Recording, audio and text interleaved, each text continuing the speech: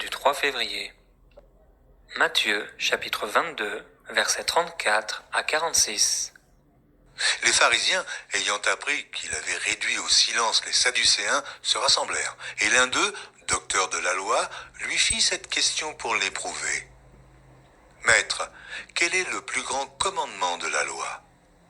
Jésus lui répondit, « Tu aimeras le Seigneur ton Dieu de tout ton cœur, de toute ton âme et de toute ta pensée. C'est le premier et le plus grand commandement. Et voici le second, qui lui est semblable. Tu aimeras ton prochain comme toi-même. De ces deux commandements dépendent toute la loi et les prophètes. » Comme les pharisiens étaient assemblés, Jésus les interrogea en disant, « Que pensez-vous du Christ ? De qui est-il le fils ?» Ils lui répondirent, « De David. » Et Jésus leur dit, « Comment donc David, animé par l'Esprit, l'appelle-t-il Seigneur lorsqu'il dit, « Le Seigneur a dit à mon Seigneur, assieds-toi à ma droite, jusqu'à ce que je fasse de tes ennemis ton marchepied. » Si donc David l'appelle Seigneur, comment est-il son fils ? Nul ne put lui répondre un mot, et depuis ce jour, personne n'osa plus lui proposer des questions.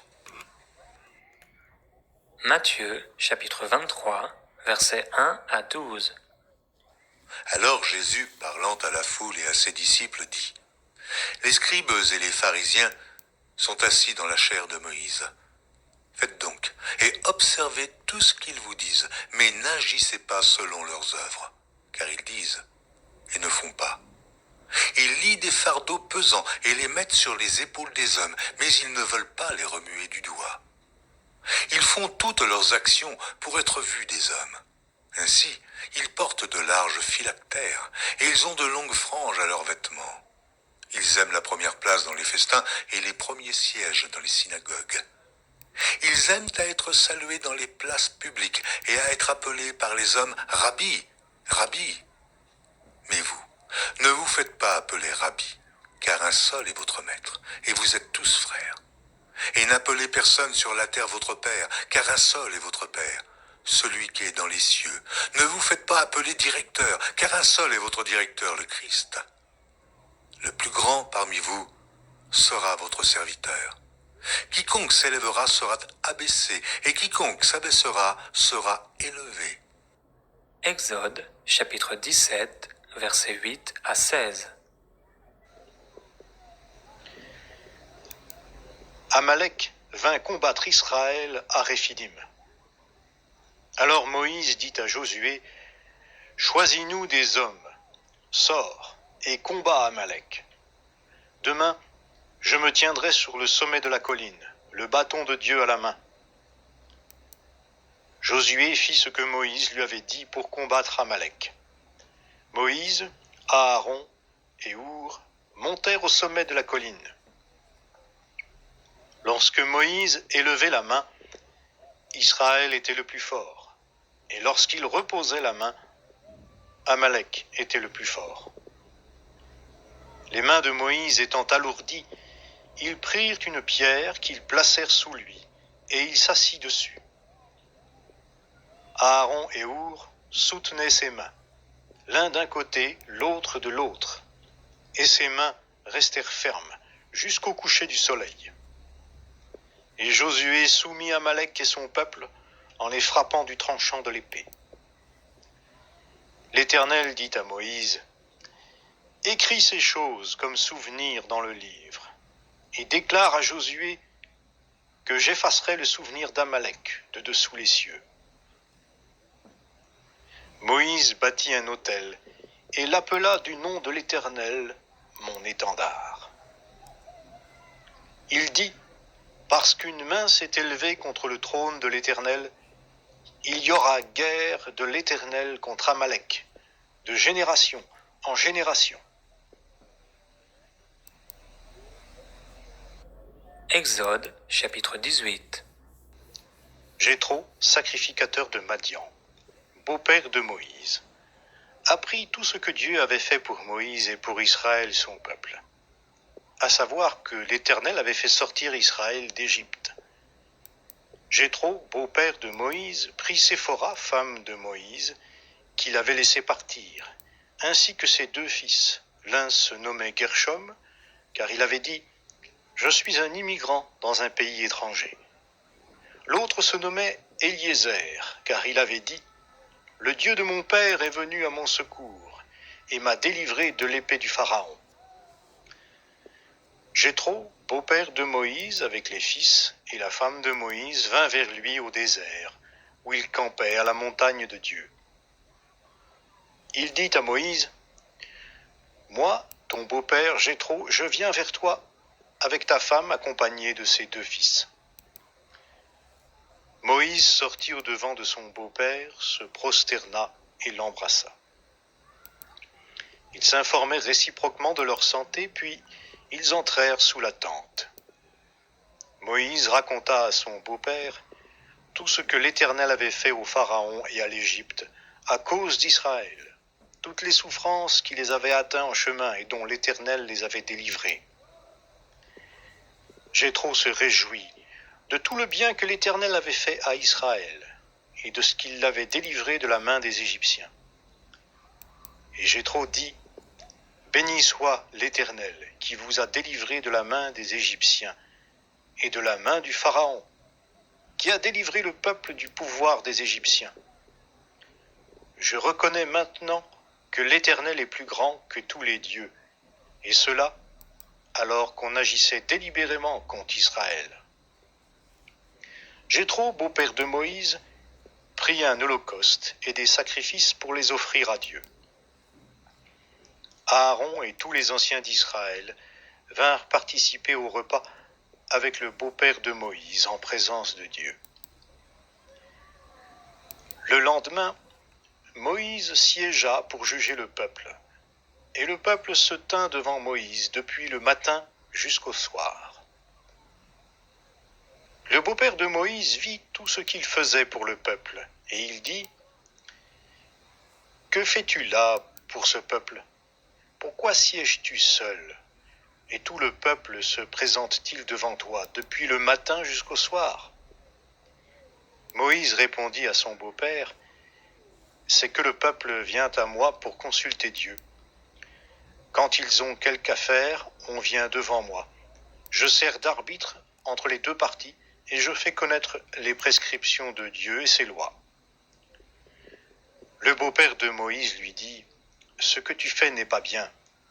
Tu t'épuiseras toi-même, ainsi que ce peuple qui est avec toi, car la tâche est trop lourde pour toi. Tu ne pourras pas l'exécuter toi seul. Maintenant écoute ma voix. Je vais te donner un conseil, et que Dieu soit avec toi. Représente le peuple auprès de Dieu, et porte toi-même les affaires devant Dieu. Explique-leur les prescriptions et les lois, et fais-leur connaître le chemin qu'ils doivent suivre et l'œuvre qu'ils doivent faire. Discerne parmi tout le peuple des hommes de valeur, craignant Dieu, des hommes attachés à la vérité et qui haïssent le gain malhonnête. Établis-les sur eux comme chefs de 1000, chefs de 100, chefs de 50 et chefs de 10. Qu'ils jugent le peuple en tout temps, qu'ils portent devant toi toute affaire importante et qu'ils jugent eux-mêmes les affaires secondaires. Allège ta charge et qu'ils la portent avec toi. Si tu fais cela et que Dieu te donne des ordres, tu pourras tenir bon, et tout ce peuple parviendra en paix à destination.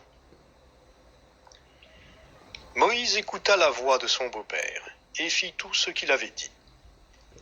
Moïse choisit des hommes de valeur parmi tout Israël et les établit à la tête du peuple. Chef de 1000, chef de 100, chef de 50 et chef de 10. Ils jugeaient le peuple en tout temps. Ils portaient devant Moïse les affaires difficiles et jugeaient eux-mêmes toutes les affaires secondaires. Moïse laissa partir son beau-père, qui s'en alla dans son pays.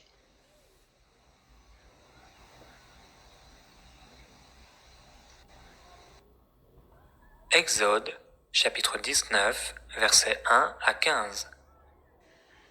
Le 3e mois, après leur sortie du pays d'Égypte, les Israélites arrivèrent ce jour-là au désert du Sinaï. Partis de Réphidim, ils arrivèrent au désert du Sinaï et campèrent dans le désert. Israël campa là, vis-à-vis de la montagne.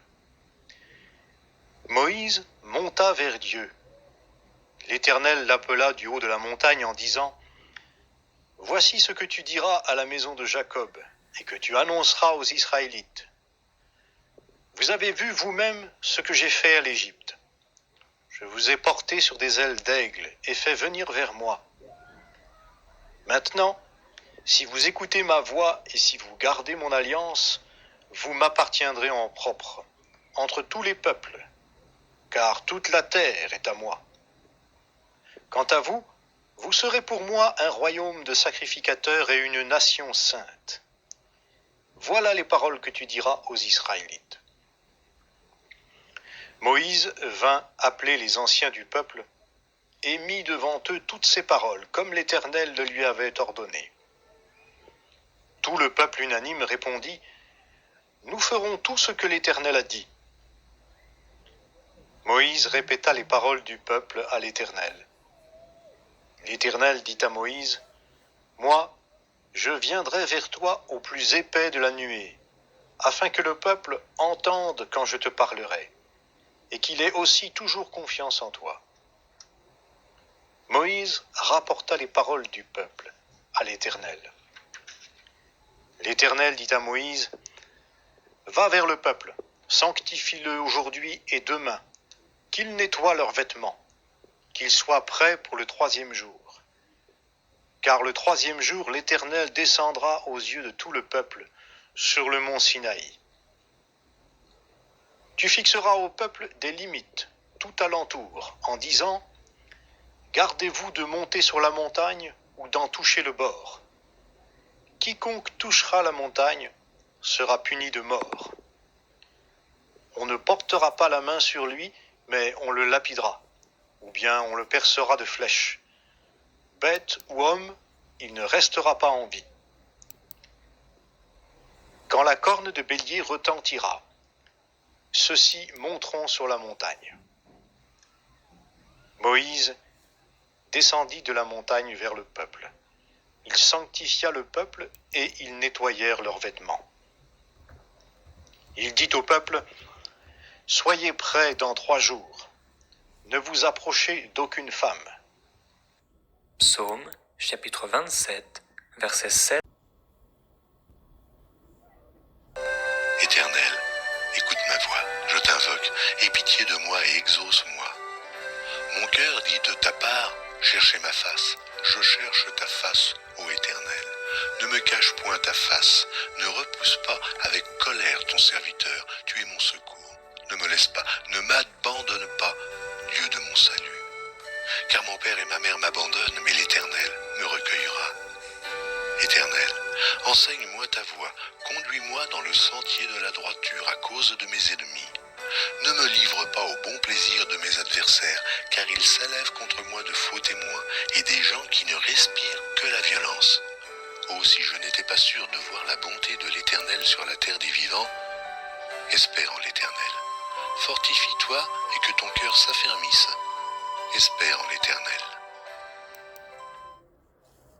Proverbe, chapitre 6, versets 27 à 35. Quelqu'un mettra-t-il du feu dans son sein sans que ses vêtements s'enflamment ? Quelqu'un marchera-t-il sur des charbons ardents sans que ses pieds soient brûlés ?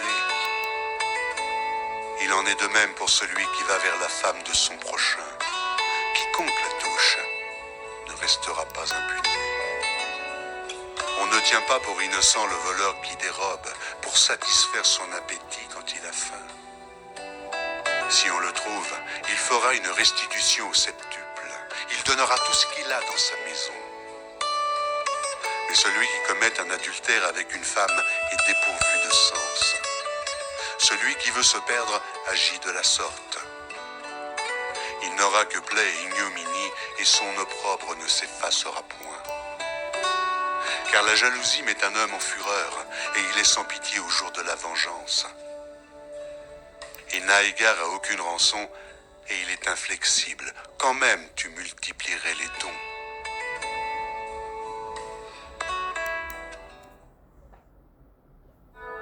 Ce service vous a été proposé.